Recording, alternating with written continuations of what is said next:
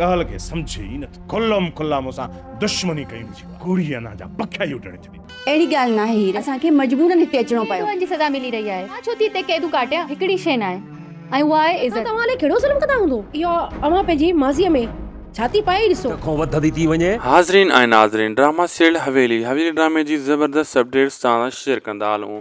दोस्तों, अचण वारे एपिसोड में तव्हां ॾिसंदो शुमैला पंहिंजी चाची सां बदकलामी कंदी, बदज़ुबानी कंदी ऐं उन खे सिधी ॻाल्हि कंदी, तूं मूंखे नथो मिलण ॾे मुंहिंजे मुड़ुस सां, मुंहिंजे मथां पाप बंदियूं आहिनि, मुंहिंजे लाइ अलाए तूं कहिड़ो फ़ैसिलो सोचियो आहे। तव्हां अगरि धारी मूंसां इहा हालत आहे ऐं हिन हवेली जी औरत सां इहा हालत आहे, त पोइ तव्हां धारी औरत सां कहिड़ो हशर कंदा हूंदव।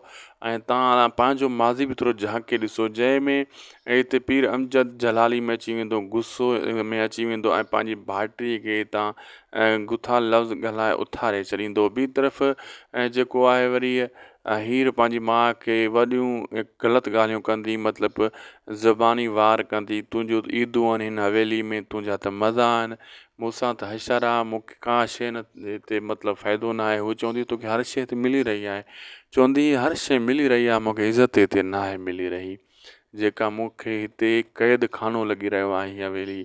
पोइ पंहिंजी माउ खे लफ़्ज़नि जी मार ॾींदी, अहिड़े हिसाब सां माउनि जी उनखे रोकींदी, लेकिन उन सम्झंदी। ॿी तरफ़ जेको आहे पीर अमजद जा वाठा, पीर सुराब जा वाठा पीर सुराब खे वॾो उकसाईंदा ऐं चवंदा इहो गादी जो नशो आहे पीर अमजद खे। ऐं ॿी तरफ़ त इहो वरी जेको चवंदो पीर सुराब त तमामु जल्द मां इन हवेली में घिरी पवंदुसि ऐं इहे पखेड़ा ई उॾारे छॾींदुसि इन हवेलीअ जा, ऐं जेका हिते रहियल आहिनि उनखे दुफ़ करे ईंदुसि। हू चवंदा हल असां तोसां गॾु आहियूं, हीअं फलाणो या असांखे छॾ त असां पीर अमजद जो सिर खणो, इन वाठनि जो बि सिर खणो, इन माण्हुनि जो बि सिर खणो, ख़लीफ़े जो बि सिर खणो।